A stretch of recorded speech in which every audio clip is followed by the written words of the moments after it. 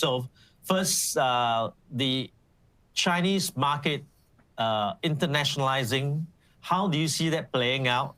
And I think more importantly, FTSE did announce in March 2021 that you will start to include Chinese government bonds, WeB and its derived indices, beginning from the end of October this year over a period of 3 years.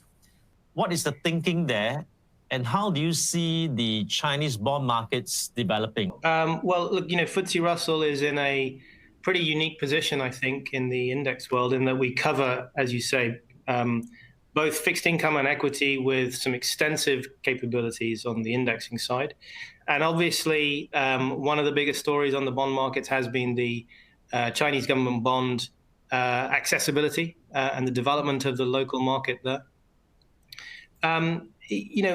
As you say, we've announced after a lengthy consultation with stakeholders, both end users on the buy side, as well as other market participants and regulators, which is our normal mode of operation. When we're considering making any change, including a new market like CGBs in a well-established index like the WGB, the World Government Bond Index, which is very widely followed. There's over $1 trillion of assets that are tracking either passively or actively the WGB.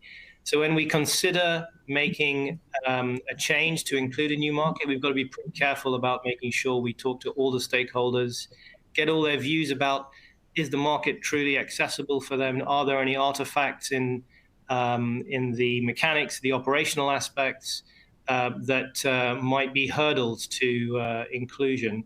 And we've done a very lengthy consultation over the last couple of years with all of our customers and users, and taken their feedback and reflected it to the PBOC, who have done, I would give them a lot of credit. They've done a lot of work to try to address some of the operational and technical concerns that customers have had, that we reflected to them to try to make sure that the market is accessible as possible.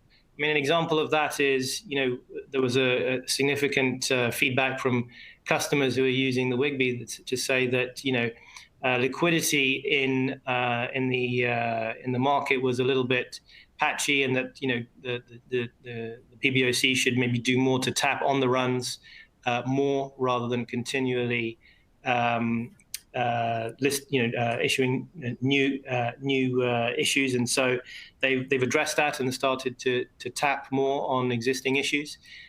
Things like that have been, I think, very positively received by the market. And so as a result, taking into account all of those changes and developments, we did announce in March that we'll look to include at the end of October Chinese government bonds in the WGB. That'll be the first stage. We'll do that in a phased approach.